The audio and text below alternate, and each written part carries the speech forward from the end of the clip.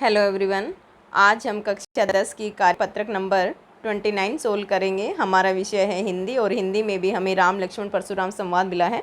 बच्चों, पिछली वर्कशीट से लगातार हमें टॉपिक मिलता आ रहा है और आज का जो हमें पद्यांश मिला है, इस पद्यांश में लक्ष्मण और परशुराम जी की आपस में बहस होती है और ऐसे में भगवान राम उनको बीच में शांत करवाने का प्रयास करते हैं। ठीक है, तो सबसे पहले हमें विद्यार्थी का नाम भरना है, कक्षा अध्यापक का नाम भरना है, उसके बाद दिनांक है 9/9/2020। ओके, चलो, जो आज का जो हमें पद्यांश मिला है, इस पद्यांश को पढ़ने से पहले हम बच्चों इसके शब्दार्थ करेंगे। इसके शब्दार्थ करना बहुत ज़रूरी। ओके, तो सबसे पहले हम इसके शब्दार्थ सोल्व करेंगे मेरे प्यारे बच्चों।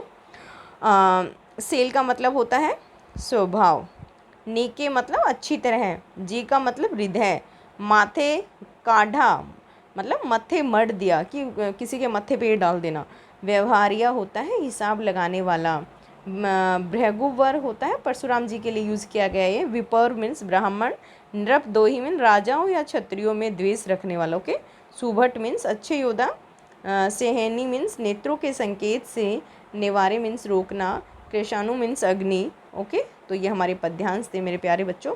अब हम इस पद्यांश की व्याख्या पढ़ते हैं। ठीक है, हम इसकी व्याख्या करेंगे अभी। चलिए, अब हम इसकी व्याख्या करते हैं। कहेऊ लखनऊ मुनिशील तुम्हारा, को नहीं जान विदित संसारा। अब यहाँ पर जो फर्स्ट लाइन है, इस फर्स्ट लाइन में लक्ष्मण जी ने परशुराम जी से कहा कि आप कितने शील स्वभाव के, कहूँ लखन मुनिशील तुम्हारा, कि आप तो बहुत ज़्यादा शील स्वभाव के, को नहीं जान विदित संसारा, कि इस संसार में इस बात को कौन नहीं जानता। अब सेकंड लाइन है इसके अंदर, माता पिते ही उरी भये नीके, गुरेनी रहा सोचू बड़ बड़ जी के।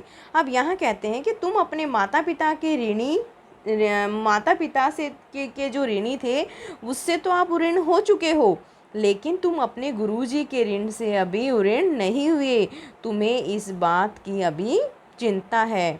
ठीक है, तो थर्ड है, सो जनु हमरे माथे काढ़ा, दिन चली गए ब्याज बढ़ बाड़ा। अब यहाँ कहता है कि यही सोचकर तुमने इस बात को हमारे माथे मढ़ दिया कि तुम्हें अपने गुरु से जो शिक्षा लेनी थी उस पर तो तुम्हारा ब्याज पे ब्याज बढ़ता चला गया है। अब फोर्थ लाइन में क्या कहते हैं, अब आनी व्यवहारिया बोली, तुरंत देहू में थैली खोली।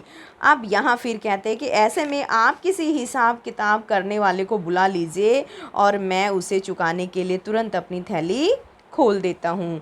अब यहाँ पे फिर पांचवी लाइन में फिर कहते हैं कि सुनी कटु वचन कुठार सुधारा, हाय हाय सब सभा पुकारा।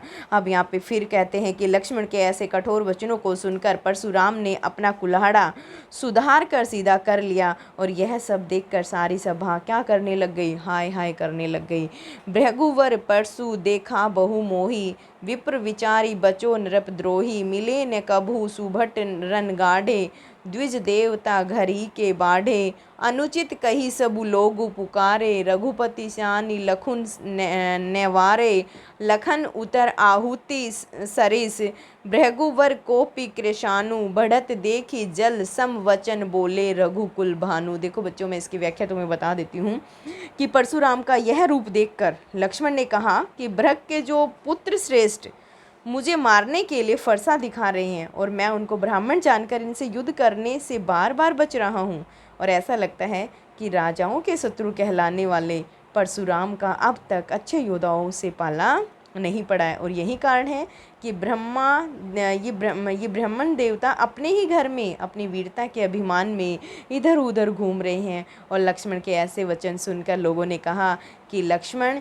ये वचन आपके क्या हैं, अनुचित है। अनुचित कही सब लोग पुकारो, सभी लोगों ने कहा कि आपके ये वचन है ये अनुचित है। रघुपति सैनी लखुन निहारे, और यह सब देखकर श्री राम ने आंखों के इशारों से लक्ष्मण को मना कर दिया।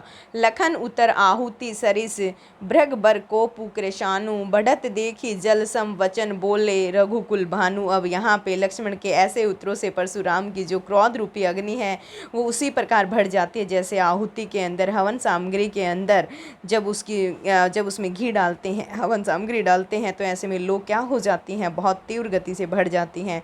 और परशुराम के जो क्रोध परशुराम जी का जो क्रोध है वो क्रोध उनका बढ़ जाता है। ऐसे में श्री राम ने क्या किया, श्री राम के जो शीतल जल के समान वचन कहे श्री राम ने, बढ़त देखी जल सम वचन बोले रघुकुल भानु। और ये उनके अग्नि को बढ़ता हुआ देखकर परशुराम की जो अग्नि थी उसको बढ़ता हुआ देखकर श्री राम ने शीतल जल के समान वचन कहे और जिससे परशुराम जी का गुस्सा शांत हो गया। ठीक है बच्चों, ये हमारा इसका भावार्थ था जो मैंने अभी तुम्हें बताया, और तुम्हारा ये भावार्थ इसके अंदर भी दिया हुआ तुम्हारी वर्कशीट के अंदर, इसको खुद भी पढ़ेगा। ओके, अब इसके हमारे क्वेश्चन आंसर दिए हुए हैं, मैं तुम्हें इसके क्वेश्चन आंसर सोल्व करवाती हूँ। ठीक है, इसका जो हमारा फर्स्ट क्वेश्चन है, जनक दरबार में बैठी सभा हाय हाय क्यों करने लगी। जनक के दरबार में जो सभा बैठी हुई थी वो हाय हाय क्यों करने लगी थी। देखो मेरे प्यारे बच्चों, इसका फर्स्ट क्वेश्चन है, लक्ष्मण के कटु वचन सुनकर जब परशुराम अपना फरसा उठाकर लक्ष्मण पर वार करने के लिए तैयार हो गए थे तो सभा क्या करने लगी थी, हाय हाय करने लग गई थी। ठीक है, सेकंड क्वेश्चन है हमारा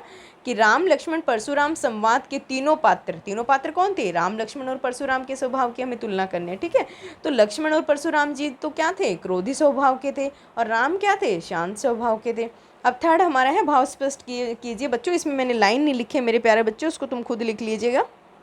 हाँ, राम लक्ष्मण परशुराम संवाद में परशुराम जी की क्रोध रूपी अग्नि को लक्ष्मण के उत्तर आरती के समान भड़क रहे थे, तब क्रोधाग्नि बढ़ते देखकर राम जी ने जल समान शीतल वचन बोलकर परशुराम के क्रोध को शांत करने का प्रयास किया। ठीक है, क्वेश्चन नंबर हमारा 4 है, साहस और शक्ति के साथ विनम्रता भी हो तो बेहतर है।